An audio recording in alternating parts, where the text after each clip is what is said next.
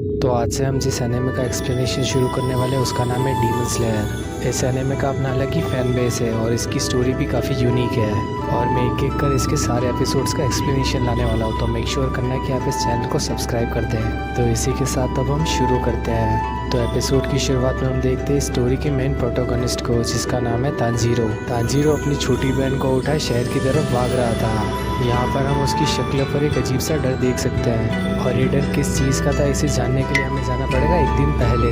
अब हमें एक दिन पहले का सीन दिखाया जाता है जहाँ पर तांजीरो कोयला बेचने जा रहा था और वो पूरी तरह से सोचकर अपने घर से निकलता है कि वो पूरा कोयला बेच कर ही आएगा, क्योंकि ठंड बहुत बढ़ चुकी थी और इस तरह के मौसम में आगे बढ़ना खतरे से खाली नहीं है। अब यहाँ पर तांजीरो की मॉम आ जाती है जो कि उसके चेहरे से मिट्टी हटाकर उसे गुड लक पेश करती है और तभी एक एक कर वहाँ पर तांजीरो के छोटे भाई बहन भी आ जाते हैं जो कि तांजीरो के साथ जाने की जिद करते हैं। लेकिन तांजीरो ऐसा नहीं कर सकता था और नेजुको से मिलकर वहाँ से चला जाता है। अब रास्ते में वो यही सोच कर जा रहा था कि परिवार कितना इम्पोर्टेंट है और वो इस बार सारा माल बेच कर ही आएगा। अब वो शहर पहुंच चुका था और तभी एक आदमी आकर उसके पैरों में गिर जाता है और कहता है कि तुम प्लीज़ ये सूंघकर बता दो कि ये प्लेट किसने तोड़ी है, वरना मेरी नौकरी चली जाएगी। अब तांजीरो यहाँ सिर्फ सूंघकर बता देता है कि ये प्लेट एक बिल्ली ने तोड़ी है और हमें यहाँ पर पता चलता है कि तांजीरो की नाक बहुत कमाल की है, वो कुछ भी सूंघकर पता लगा सकता है कि स्मेल किसकी है। इसी सब के चलते अब रात हो चुकी थी और तांजीरो ने सारा कोयला बेच दिया था और वो इससे काफ़ी खुश था क्योंकि उसने सारा सामान बेच दिया था।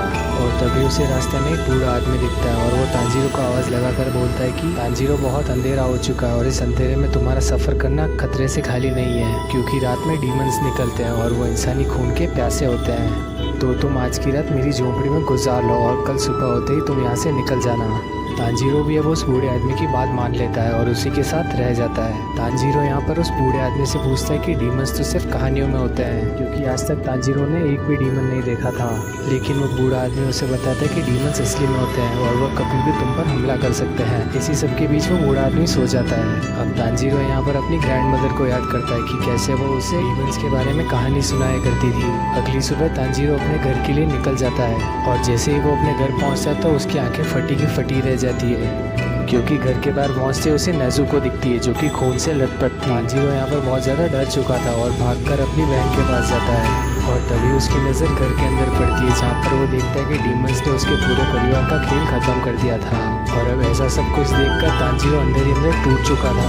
उसके सारे परिवार का शरीर ठंडा पड़ चुका था सिवाय नेजुको के, जिसका साफ साफ मतलब था कि वो भी जिंदा है। अब तांजीरो उसे उठाकर शहर की तरफ भागने लग जाता है, लेकिन अब तक तो वो सिर्फ आधे रास्ते भी नहीं पहुंचे थे। तांजीरो के पैर जवाब दे जाते हैं और तभी नेजुको उठ जाती है और उसे बहुत जोर का धक्का मारती है, जिस वजह से वो दोनों ही जाकर एक खाई में गिर जाते हैं। तांजीरो सोचता है कि बर्फ की वजह से वो बच गए, वरना वो कब के मर जाते। तांजीरो ढूंढते हुए नेजुको के पास जाता है और नेजुको उस पर हमला कर देती है और अब वो जैसे ही नेजुको की आंखों में देखता है तो उसे पता चलता है कि वो भी एक डीमन बन चुकी है और यही वो कारण था जिस वजह से उसने उस पर हमला किया। तांजीरो और नेजुको से कहता है कि हमारा पूरा परिवार खत्म हो गया और ये कहते हुए उसकी आंखों से आंसू आ जाते हैं। अब यहाँ पर नेजुको थोड़ा शांत हो जाती है और उसकी आंखों से भी आंसू आने लग जाते हैं। इसका साफ सा ये मतलब था कि नेजुको समझ पा रही है और इसी सब के बीच वहाँ पर एक डीमन स्लेयर आ जाता है और आकर उन दोनों पर हमला कर देता है, लेकिन तभी नेजुको उसे बचा लेती है। तांजीरो उस डीमन स्लेयर के हाथ में एक डीमन किलिंग स्वॉर्ड देख लेता है और वो समझ जाता है कि सामने वाला शख्स एक डीमन स्लेयर है। अब वो डीमन स्लेयर तांजीरो से कहता है कि उस डीमन से दूर हो जाओ, लेकिन तांजीरो कहता है कि ये डीमन है, ये तो मेरी बहन है और मैं तुम्हें इसे कुछ भी नहीं करने दूंगा।